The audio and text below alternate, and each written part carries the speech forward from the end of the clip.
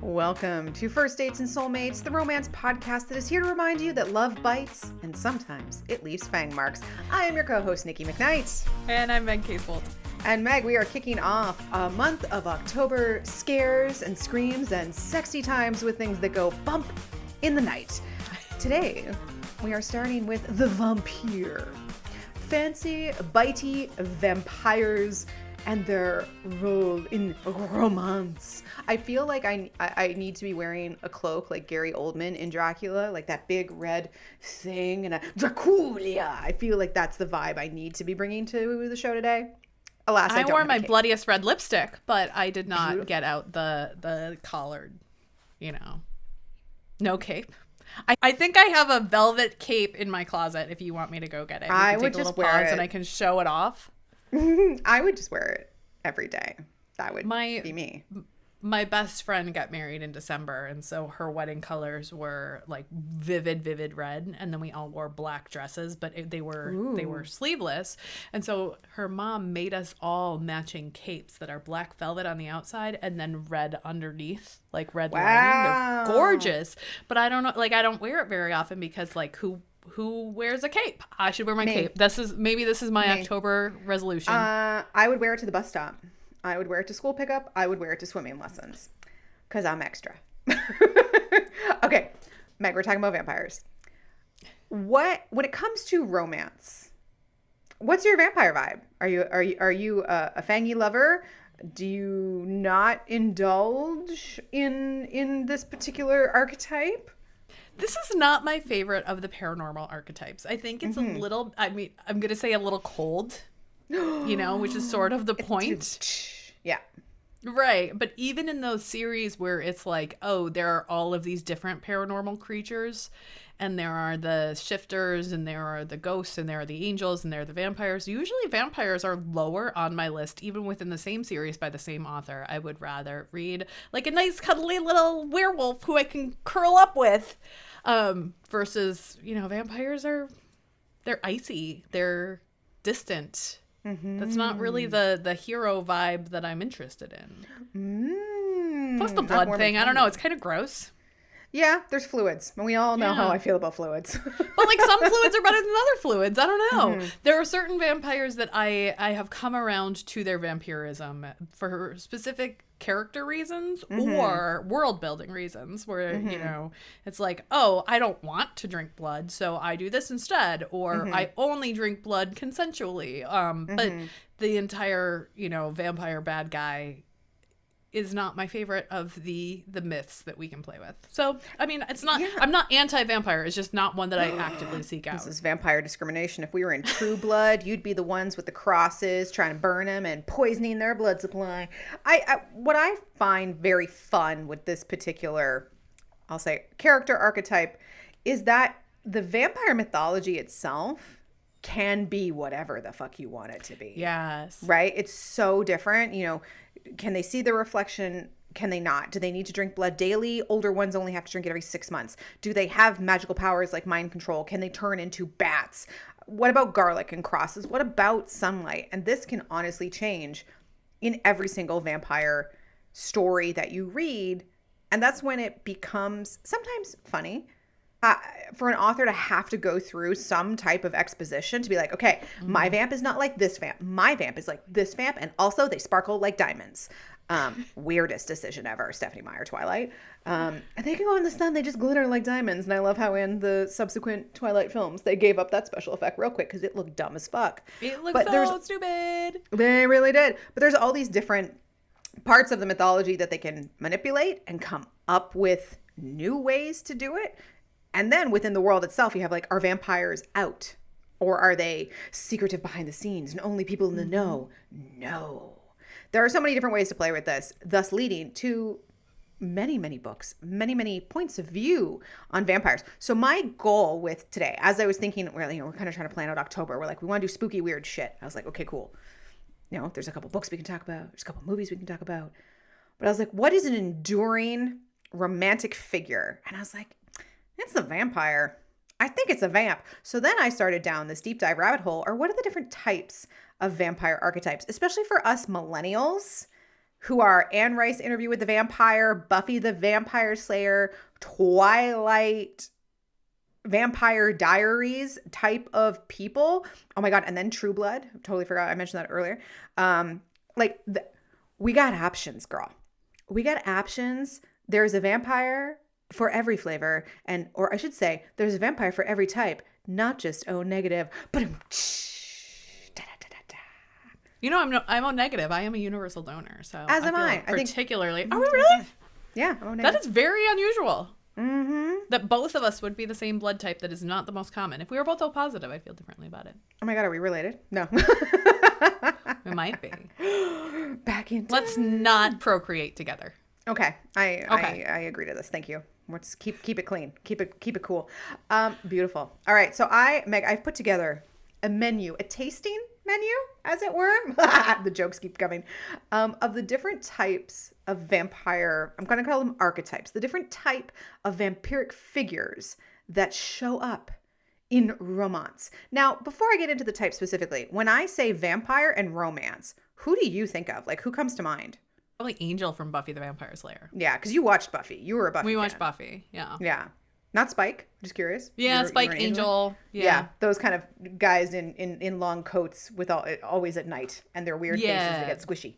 Yeah, that vibe of vampire is sort of, you know, and the like, her job is the slayer and she falls for a vampire, and the off limits forbidden love sort of relationship. But I mean, also like Bill from True Blood. Oh, you were a Bill fan?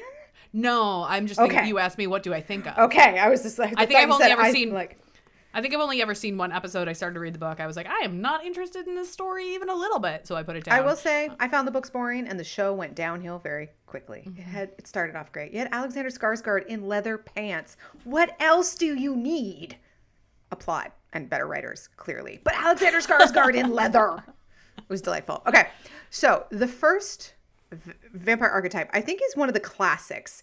And it's this idea of like the tragic Byronic lover. You know, he's the one I'm haunted by my immortality. I'm burdened by the sins of my past, and I must use this opportunity to repent. And he's very much like darkness, darkness, darkness. I'm not worthy. I'm not worthy. I'm not worthy. This is the vampire that needs to go to therapy because he's all about yearning and restraint. Often he's someone who was turned into a vampire in the past. Like, this is Victorian, this is older than that, where you're coming from a super Christian dominant culture. He probably believes that he was turned by the devil and now he will never go to heaven. He's bringing that religious baggage with him. And his figure is always like a woe is me, whiny baby. And I look at that and I start to think, why do readers like this? Like, what about this character appeals? Because when we think of this character type, for me, this is Edward Cullen in Twilight. He's like, oh, I'm a monster. I'm the predator. I'm the lamb, or whatever all the other stuff says. And like when he and Bella get together, he's like, I need to leave you, and I need to go to Italy and be killed because I sparkle, and that's a problem for us. It is Louis, like Brad Pitt's Louis in Interview with the Vampire. Oh God, that movie is so bad. But he's a whiny freaking baby throughout that entire film. And to an extent, it's Angel in Buffy when he's like, I'm tragic. I need to repent. I need to do this. I'm so full of yearning. I have such big feelings, but I can't because I'm not worthy. I don't really know why this type appeals to people. Me neither. And I think this is part of the reason that I'm not the most pro-vampire is like, you know, I read the entire Immortals After Dark series by Cressley Cole, and I could have skipped over all of the Vampire Brothers because I'm like, especially like the Vampire Brothers who were 300 years old because they got turned in the Russian, you know, one of them was a priest who was going door to door and got turned, and then he found his brothers on the battlefield and they'd all died during the Napoleonic Wars or what, and I just like, and then they just sit around in their house and feel sorry for themselves, and I just don't care enough. And then their heart starts beating again when they see their fated mate, and I'm like, I just don't care about you. Like the tragic figure does not appeal to me. Except No, Lothair, because he's awesome. But the rest of them I could do without. No, rest of them not so much. Yeah, and that's like when I was kind of researching this, and I was, looking at articles and looking at threads on Reddit to be like, okay, what do we think about vampires in general, but what specifically about this type? I was like, why do people like this? And one of them, it kind of relates back to when we talked about student professor romance, this idea of wanting to be the specialist boy or the specialist girl. There is this thing, I'm like, oh my gosh, I am the one who can redeem him. I'm the one who can save him and bring him back to the metaphorical or physical light. I'm the specialist one. And to see someone go through this, he can't have me, but he wants me desperately, feels kind of cruel, honestly. Like, I like the fact that he's so stressed out, or they're so stressed out. I feel also a lot of these types are very like hetero-coded. It's usually the guy who's the vampire. Not to say that gay and lesbian versions of this don't exist, but these tropes I found were very straight coded in a way. Yeah, and you get your Bella character who is the every woman, and therefore she has no personality herself. And she is the one that is so different because he says so, because she smells different. Like, there's nothing actually that interesting about her. So I think that was also part of, like the specialist girl who could be anybody. Yeah. And the redemption. Yeah, the redemption of and bringing him back to life and making him human again, or as human as he can be. And, I feel like this is the type of character where in the big climactic finish and the hero and the heroine are embracing, and she puts her hand on his chest and says something like, your heart may not beat, but I still know you love me and you have a heart. Like, that's the type of person. Yeah. Like, this is the foil or the compatriot that would go with this particular archetype. It's the specialist boy or specialist girl. That's who this is. And with that tragic vampire, yeah. Yeah, with the tragic one, absolutely. Because they're like, he can't have me, but he wants me. There's forbidden love, and I'm going to be the one that changes everything. I'm going to save them. I'm going to remake them. I will bring them again back into that metaphorical light. And I think also with the tragedy of it is the forbiddenness of it, and him trying to stay away from her is the central conflict, is interpersonal, versus I'm curious to see who some of your other archetypes are, but I think of them more as, okay, the vampire is going to partner with me in some way to accomplish something. I think, Angel is much more of this Byronic, woe is me vampire, whereas Spike, who I was always team Spike when it came to Buffy, was like, he enjoyed being a vampire. He enjoyed his time with Drusilla. He tried to get Buffy. He tried to bring her down, and then he was surprised when he had feelings for her and, changed in this way because he was the bad guy and he embraced being the bad guy. And that's a very different archetype than, Angel just being, oh, I'm so tired of being immortal.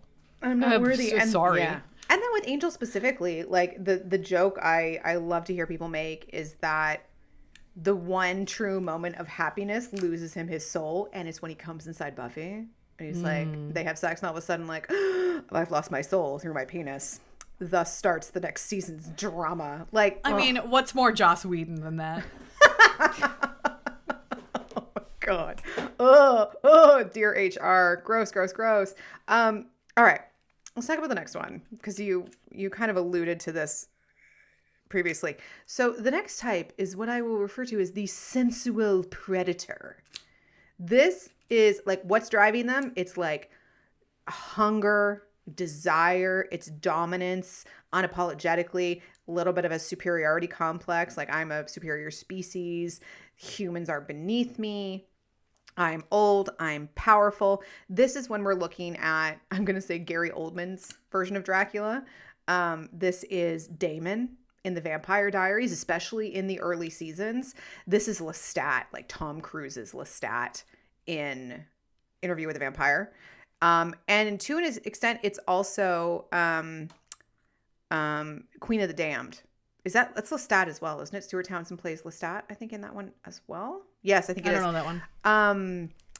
Like the same deal. He's like the sensual predator. He's like, I got, this idea. And I found this really interesting quote. They were talking about the Interview with the Vampire series, the series on AMC, which I've seen clips from, but haven't watched. This idea that people, and especially I think romance readers, want this feeling of desire and want to be desired, to be wanted. And then a vampire needs blood. So when they start to desire a human and they become this sensual predator, their desire turns into this thing of like life and death. And thus vampires become this ultimate fantasy. And the quote goes on to say, people have fantasies of surrendering to their romantic partners, letting go, surrendering, and being vulnerable. And what is more vulnerable than putting yourself into an intimate situation, emotional or physically, with a predator? Like shit. Yeah, it's You a danger girl. just as much as like, you know, a dom sub relationship where someone's being tied up or being restrained in some way or needing to be submissive in some way. But this is like not just, oh, I am submissive. You can do whatever you want with me. This is, let me give you the liquid that pumps through me as a proof that I will give you anything that you ask for. And now it makes me wonder, who is the foil that is paired with the central predator? I think it's the uber innocent. Goes well with this type. It's the person that they're so dominant, they're so like in their id and, you know, base instincts and things, that to see someone super, super innocent almost feels like it would be the thing to like bring them out of their predatory nature and into more of the protector type. Yeah, I can see that. That sort of like virginal, naive, ingenue archetype. I just want to do good things. I just want to help people. And then you put that with a vampiric character who's like, I want to kill people. I don't care about people. You have someone who is like the ultimate, like selfless, innocent, naive. Yeah, I think ingenue is a good way to put it. That's who that would get paired with. Intriguing. Because that's kind of what Elena is in Vampire Diaries with Damon. It's kind of what, oh my goodness, what's the name of the character in Dracula? Winona Ryder's character in the Gary Oldman version. Can't remember her name. But those types of characters, they're like younger, naive women. Which doesn't sound great when I put it like that. Like, let's put them in a cage with a predator. Oh, okay. I don't love that. I don't love it when I put it like that, but... I think that Mina, by the way. Mina. Also Mina known Harker. as Elizabetta. I think that when we were talking about professor or student, there were also some of these vibes of like, you are older, you are more experienced, right? In a vampiric way, it can often be you are 200 years older, you have more money because you have hundreds of years to invest in it, or you came from some sort of, you know, old family, you have all this old stuff, you know, and therefore the young woman, and often in paranormal you get these super old bro dudes, and you get the very young, very innocent, very naive woman, and you have those power imbalances. And I think that certainly adds to much more of this, like, I am going to protect you, but I am also going to corrupt you. Can play in that space really well. Yeah. Ooh. Like they enter into the relationship with the intent to corrupt, like the very purity is offensive to them. But then they eventually, because it's a romance, fall victim to that purity in a way. Through that, they are redeemed. And they remain sensual, but no longer a predator, unless there is consent involved. Then it's fine. Yeah, I think there's something there.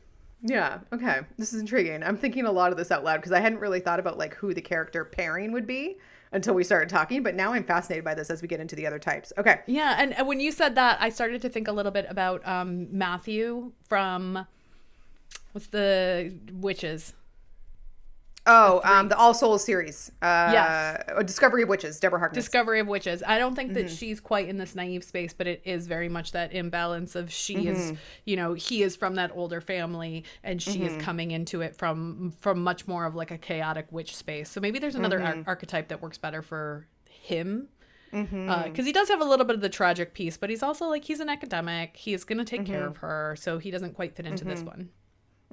Well, he might fit into the next one. Ooh. It's like I was looking at your notes in advance and going, is that what that is? Is that what that is? So the type here, type number 3 of our vampire types, is the eternal protector.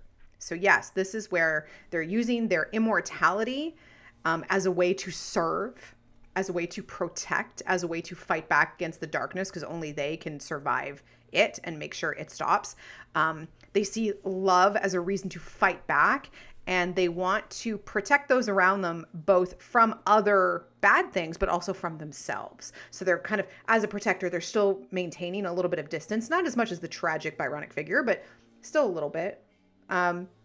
So this is like Stefan in the Vampire Diaries. This is Bill in True Blood. I think this is where Matthew fits in, is this kind of eternal protector. He's out there to not only save other vampires, but to maintain the secrecy and make sure humans are protected, especially when the turnings start going badly in A Discovery of Witches. I think this is where Matthew fits in. Yeah, and I think also he's protective of Diana above all else. You know, and even before, you know, her powers start to become more powerful, even before any of her sort of awareness of her own power comes into play, he's very much attached and protecting to her. Yeah, because I think, there is something around, this is the type of character who will give safety, who will provide safety. They will be devoted to you because they don't have that supreme distance that more tragic figure has, or the emotional distance that the sensual, I just love saying it that way, predator would have, because he's still maintaining that facade of, no, I'm predator. I'm cool and bigger. There's this idea of like the stability with danger. This is the type of character, and I think Matthew actually is a fantastic example for this in the All Souls series, that he's very stable. He's a professor. He's an academic. He's teaching. But there are moments, especially in the TV show, especially I think it's when he runs into Diana after she's done rowing, and he's kind of like, it's very zoom in on flaring nostrils and grunting. He goes, "Walk slowly around me. Don't run." And later on in the series, when they have a more established relationship, that she kind of says like, "Chase me," and he goes after her. There's that kind of, like he's stable and he's in control, but there's always the chance that he won't be, and he will give in to some sort of like baser, more animal instinct will come from him, because that's what he is under the surface. And it's that very nature that makes him such a damn good protector. Ooh, that was a good reference. Good thought on bringing him up. I totally forgot that he would kind of fit in here. Yeah, it was that, for me, it was that idea of like the old money, the old house, the old family. You know, you see that a lot in these books, but he in particular shows up that way for me. Ooh, okay. That's kind of fun. And I'm trying to think like who would go with this type of character. I think Diana is also a great example. I think it has to be someone who has a backbone, who's got something spunky about them, who can push back a little bit, that creates that moment of, will they let the animal loose type of thing, because they're pushing a little bit. But I also think there's someone something who has about a cause. Yeah, like a bravery that will get them into trouble. Yes, like they have like a revenge plot, or they feel something has to be wrong, so they kind of go like half cocked with no plan. And this is the type of character that's like, fuck, I gotta save them now.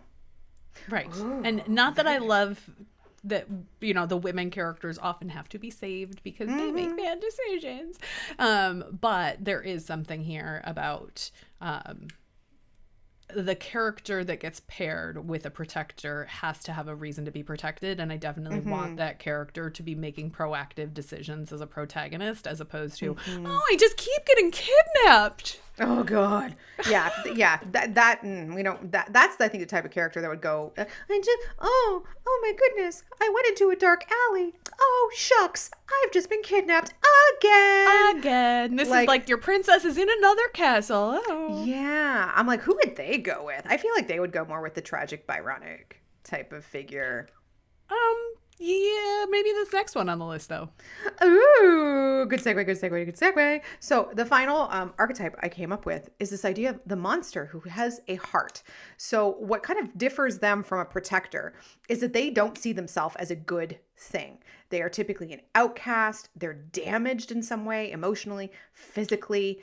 They're darker. They're scarred. There's something about them that makes them other. They're visibly othered.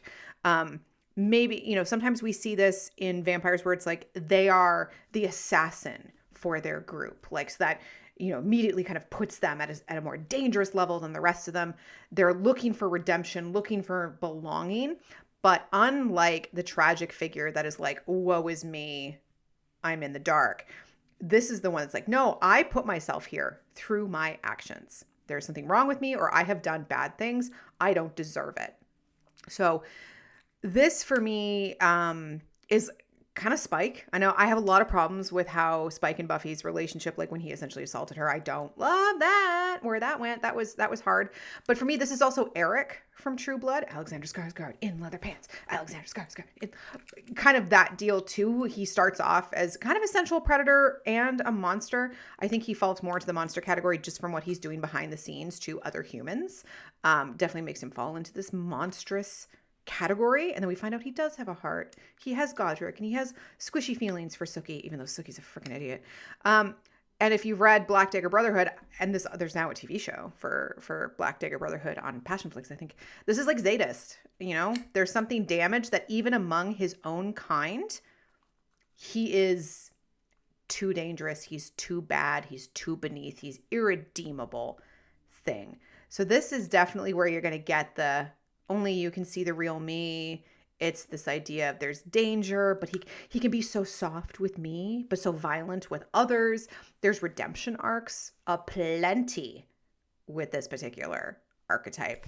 I was mentioning earlier the Immortals After Dark, where it was like the tragic sort of like woe is me vampires I was not interested in, but Lothair I loved because before he gets his own book, he spends 5 books just creating chaos by being like, you know, going in and messing with everyone else's books and being like, you're moving to this island where they cut people apart, sorry, like sorry not sorry, and then you know, by the time he gets paired up with somebody, it's not who he expects, and he gets his fated mate, and they, you know, she shares a body with somebody else, so obviously he thinks that it's the wrong spirit or whatever, but that's somebody who he you know, he has a heart because of her, and then when he breaks it, or when she breaks his heart, he cuts it out of his body and ships it to her from Russia to the United States.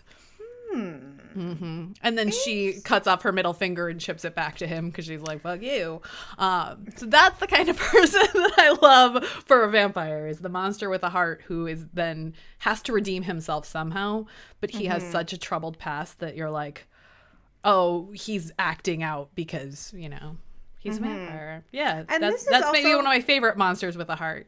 Yeah, and I feel like this type of vampire could easily, again, be paired with a super innocent, naive one, because it's the idea of like petting the monster. I could also see this one be with someone who's a little bit more spunky, like, fuck you, I don't give a shit about your drama. Like, let's go. We got shit to do. We got things to save, people to kill. I don't know. I feel like this would also go well with like a vampire hunter. Yeah, I was just going to say, I think that part of it is what is the outcome that they're trying to achieve. If the outcome, like I said, when we were talking about the tragic vampire, it's like so often the conflict is interpersonal. It's, I'm not supposed to be with you and this love is forbidden. But then I glitter like diamonds. But then once they start to work towards something together, that's where I get interested. That's where things feel like, oh, the monster has to do something. The monster has to go save not just the girl, but save the world and sacrifice himself to save the world, because the girl has shown him that it is important to love somebody else that isn't just yourself, right? So that redemption often comes from a larger goal that they are trying to achieve, not just, oh, we're not supposed to be together. Ooh, I like that idea of a goal. And it's not vampires, but it also reminded me of R from Warm Bodies, which we talked about last October when we talked about like kind of teen horror romance. Like, R is a zombie and his heart literally starts to beat. Like he is a monster that people are trying to kill. He wants to eat brains, but through connections with humans, he starts to remember his humanity, and literally, I guess spoiler alert if you haven't seen Warm Bodies, when he gets shot at the end, he starts to pump out blood, and Julie, who's the love interest, goes to him and is like, oh my God, like, you're warm and your heart is beating. Sort of through his act of trying to save her, he literally makes his heart start beating again, and he becomes human. I mean, to be fair, it wasn't just his interactions with other humans makes him more human. It was eating her boyfriend's brains and getting his memories of her. So a little bit less clear cut than that. Yeah, but like all the other zombies, they didn't always eat everybody's brains. They didn't have Dave Franco readily available on a platter for them to be like, I wonder what human emotion feels like. He has very handsome brains. He has very handsome brains. Oh my gosh. So those are my types. Those are my archetypes. Okay, wait, run me through them again. We've got the tragic vampire, the sensual vampire, the Protected Protector vampire and and monster with a the heart. vampire with a heart. Okay. Yeah. Yeah. So then I was kind of like, you know me, I'm just like, okay, let's talk about history. Let's talk about facts. Let's go. Because I wanted to see if there's been a change in how they're showing up in romance. Like, was there a heyday for certain types at certain times? You know, we talked about in our Al Kennedy episode where we talked about him and the deal, you know, what were sports romance like 10 years ago versus now? Why do those books have such long lasting impact that they're still in the top 100 or top 10 or whatever, even 10 years later, which again, Passage of Time blows my mind. I refuse. I know. It's a 10-year-old book. I can't. It's ridiculous. So I started kind of going back going, again, cool. Like, where did these kind of come into play? So the obvious, you know, I am kind of dumbing it down a little bit to lowest common denominator because, of course, all of these are kind of existing at different points. But let's talk about the high points, I guess. So 19th century is the birth of the sensual predator.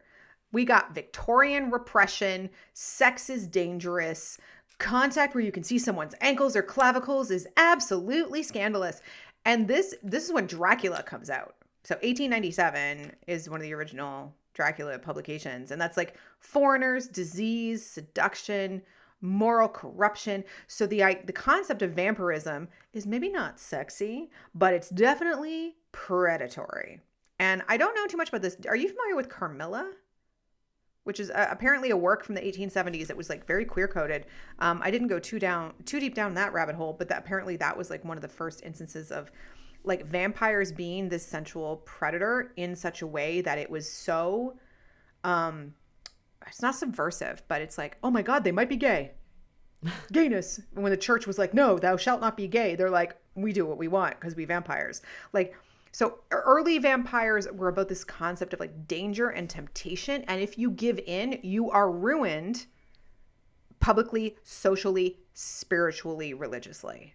Is kind of where. So still this idea of like Victorian Regency ruination if you give into your temptation or desire, whether that is sexual or a blood rite of some kind. Yeah, and that's why a lot of those that character those early types are very focused on this idea of I was made by the devil and now I shall not have entry into heaven is very much a part of that. When we get into like mid 20th, this is where we get that rise in gothic and tragic romance. It's post-war. It's gothic paperbacks. This Anne Rice releases Interview with the Vampire in the 70s. So this is definitely the vampires are longing. They are guilty. They are tragic figures. We want to see people suffer a little bit. We want people to get their comeuppance a little bit. So they're not necessarily just a monster, but there's a little bit of an anti-hero with this idea of I can save them. Because that's what we like about gothic vibes, gothic romances, tragic heroes, is this idea of they can be redeemed, but even then it might not be enough. Because that's definitely Louis in Interview with the Vampire. I haven't read the books in probably 20 years. I've saw the movie more recently, so I'm drawing more specifically on the movie. But it's definitely Brad Pitt's Louis in Interview with the Vampire. Meanwhile, I'm going, okay, what was happening in the 70s that would make this shift happen from vampires are sexual predators, basically, to vampires are tragic and they need to be fixed and redeemed. You know, that's a really interesting shift culturally that took nearly 100 years to get there. Yeah. And I'm like, is this the Cold War? Is like, what was it about the 70s? I'm actually going to give it a quick Google because I know Anne Rice has talked about this. So social climate in Interview with the Vampire, societal marginalization, alienation, and the struggle for identity, particularly through the lens of the LGBTQ plus community, for whom the vampire metaphor of being an outcast and possessing a hidden, often persecuted existence resonated deeply. So we've got things like empathy for the silenced and a queer allegory. There's the subversive family unit, because you have Claudia and you have Lestat and Louis, and patriarchal norms with Louis being kind of coded as feminine. A lot of tension between the traditional structure. And then postmodern society about social mobility and complex social dynamics. Interesting. Yeah, and you figure like Stonewall was 1969. So this is post awareness of queer culture, and gay people have always been around, but there's starting to be a bit more of a protest movement that's starting to be more of a recognition of queer culture in society, not necessarily being as evil as it had been portrayed. So this is an interesting time for the vampires to become anti-heroes. To say this is the alternative to what you have been fed and told. Yeah, I just found a really quick paper from the University of Baghdad called Social Mobility and Dialogism in Anne Rice's Interview with the Vampire.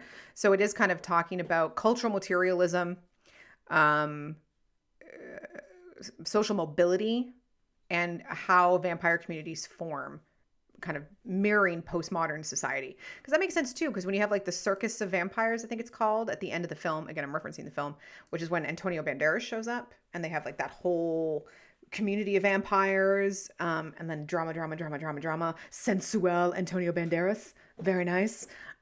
Interesting. Yeah, I think I would be curious to watch the AMC series. Have you seen it? I have not watched it. I haven't even seen the movie, Nikki. What? Yeah. I said to you, is there anything that I should watch or read to prepare for this? And you're like, no, you're fine. You have enough. Because I just assumed that No. it was so similar we are in age that you would have seen Interview with the Vampire. Girl. You think I would have? Girl. The movie's batshit crazy, but it's fun. I can't watch it very much now, knowing how miserable Brad Pitt was while filming that. The contact lenses he had to wear were apparently extremely, extremely painful. Oh, God. To like cover his eyes. And apparently Anne Rice did not want Tom Cruise as Lestat. But then I actually think he really did a good job, and she kind of came around on him.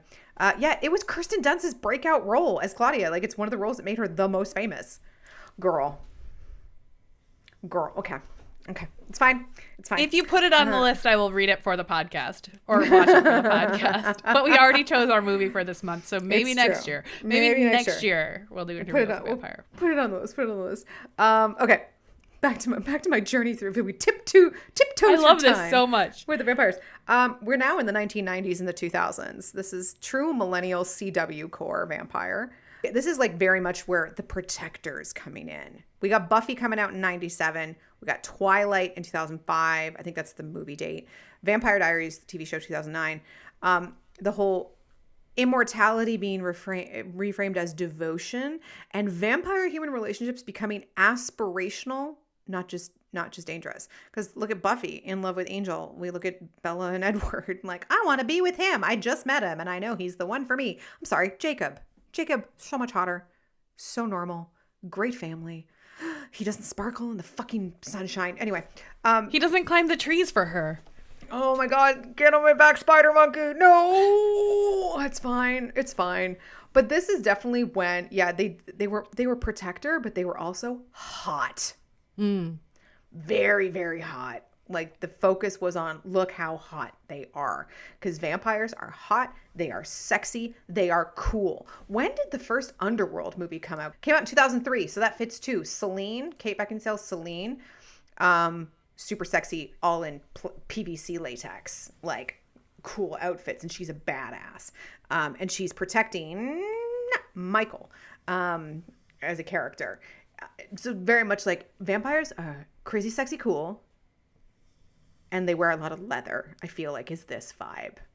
I wonder if there's also something here about, not so much Buffy, because that was late 90s.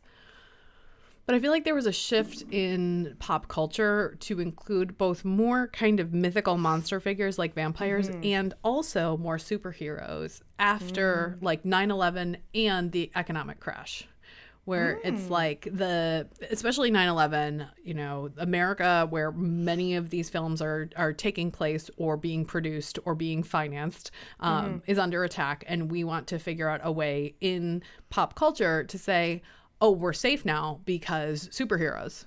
Oh, we're safe now because vampires have come to protect us. The fact that the eternal protector piece is showing up in the late 90s, early aughts is really interesting to me from a historical perspective of, you know, the Berlin Wall finally fell in the 90s. And so the Cold War, we no longer have a clear bad guy, but the bad guy is still out there. And how do we get protected from the bad guy, by the supernatural in some way? Ooh, see, soulmates, we're smart ladies.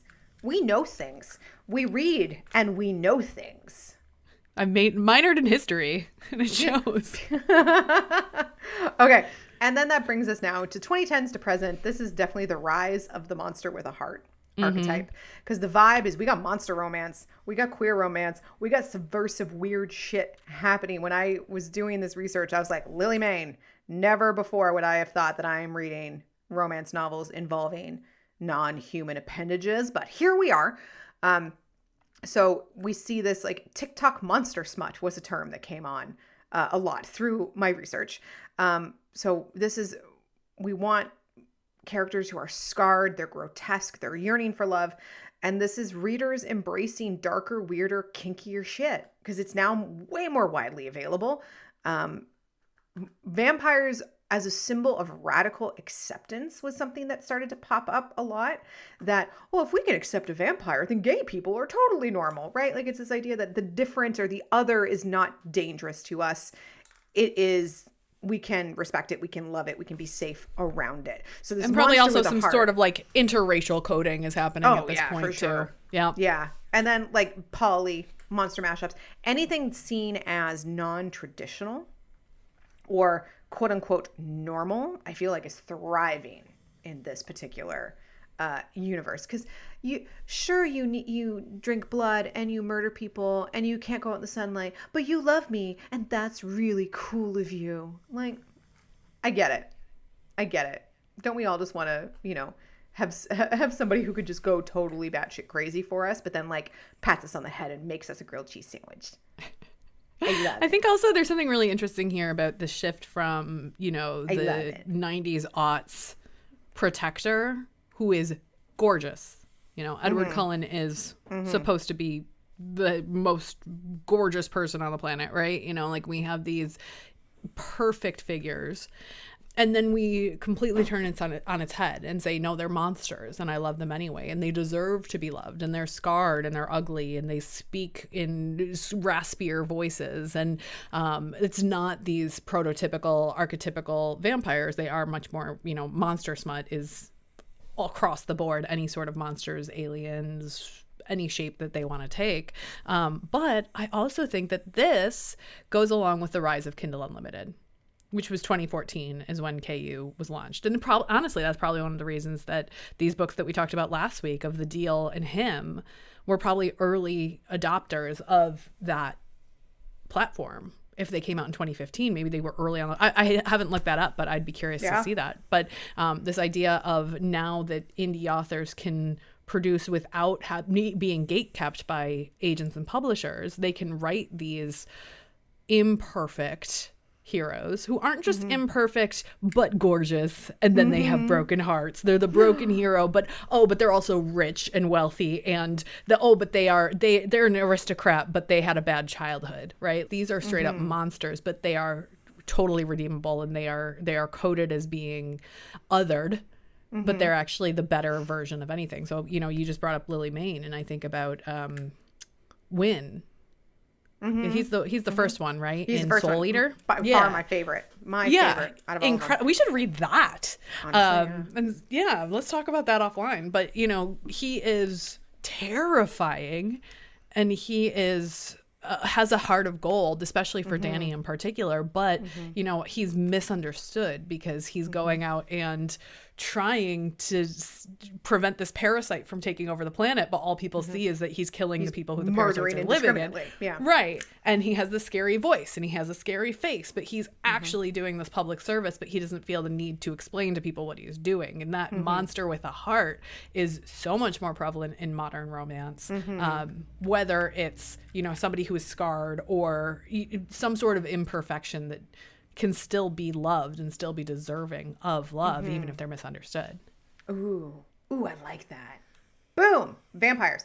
Okay, Meg, if you were to design, because I know vampires aren't your jam, but play along with me here. If you were going to design the perfect vampire partner in a romance with you, so you're not an author, you're a character in it. Okay. What is the type? What is the lore around your vampire? Are you going to give me options, or am I just coming out with the top of my head? Improv. We're improvising. The first thing that came to mind is when they drink blood, you have an orgasm. I mean, that's... Oh, beautiful. Why would you not want that? And then, but wait, how often would they I think have they to call that drink a blood? I think they call that a blood and breakfast. Yeah. I do like that. But how often would they have to feed? Whenever they want, if you're consenting, if it's just an enjoyment thing. There you go.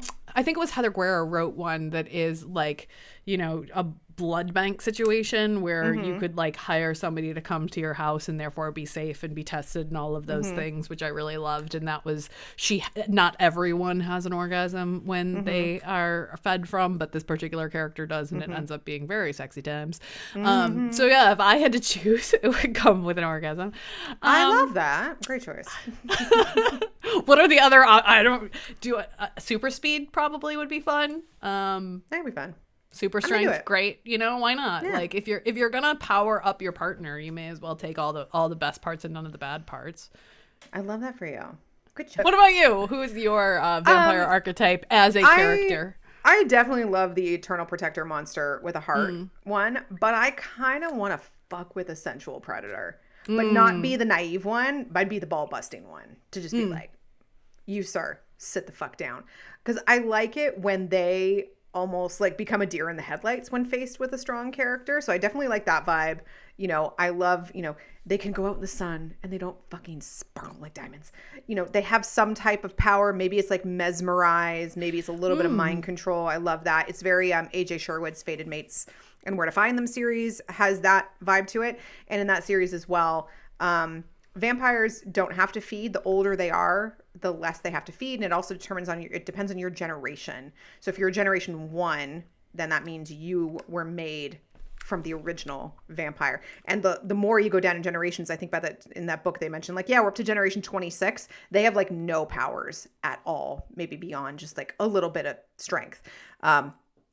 So I kind of like that vibe, and also like the older you are, the less you have to feed. I think that's cool because logistically, I don't want to be in a tiny room with someone who's like, you know what? Your entire being feels like it would be a really good breakfast for me, and I might not be able to control myself. I don't love that.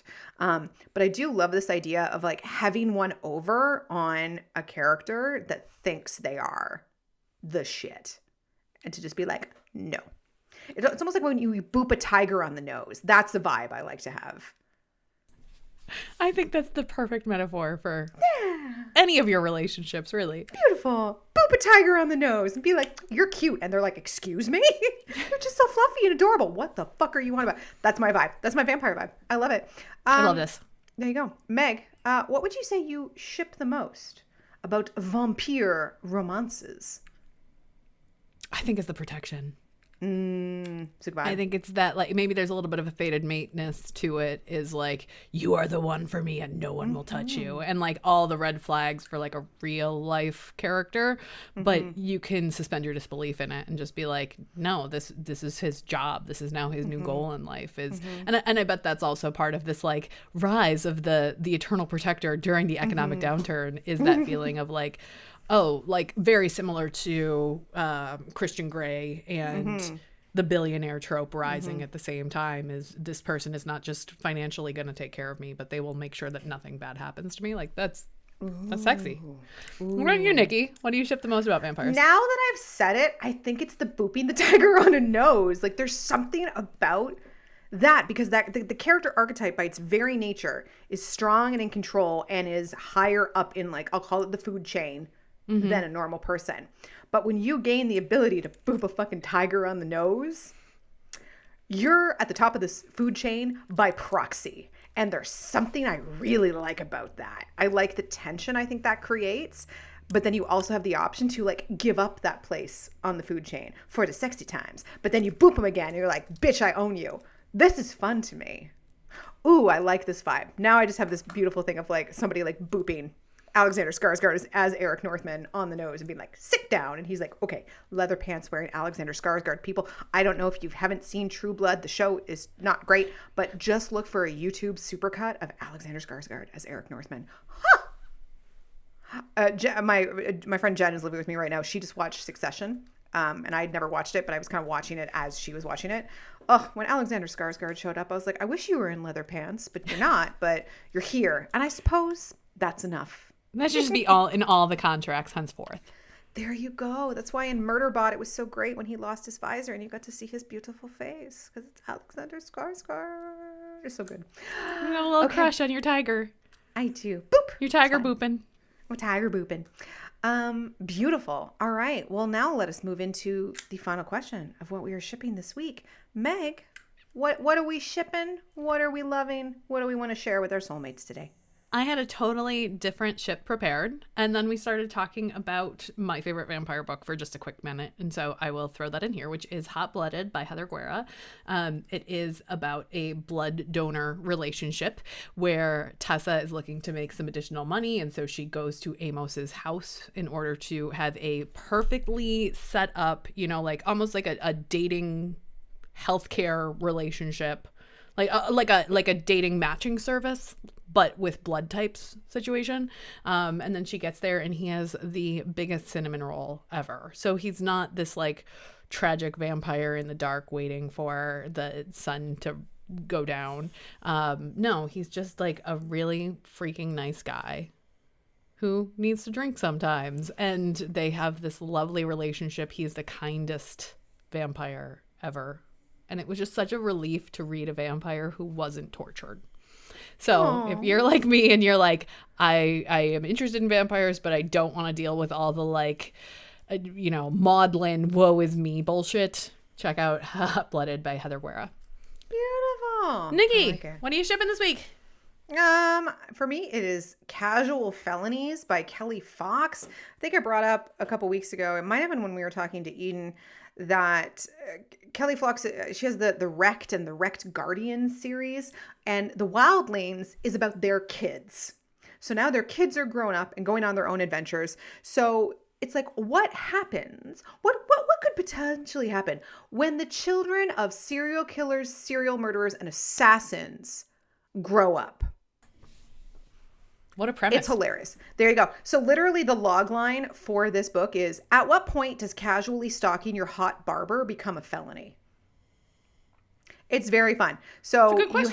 You have, So you have, so it's of course it's got vigilante justice. There's a lot of shenanigans from all of the cousins who are eventually going to get their own books. Favorite characters from the Guardians show back up, like Anders and Omar are definitely there because I think the first book is about their son. And you kind of learn early on that the kids haven't really been exposed into everything their parents do. Some of them have, some of them have not. The main character in this book, I can't remember his name off the top of my head, he doesn't really know what his parents do.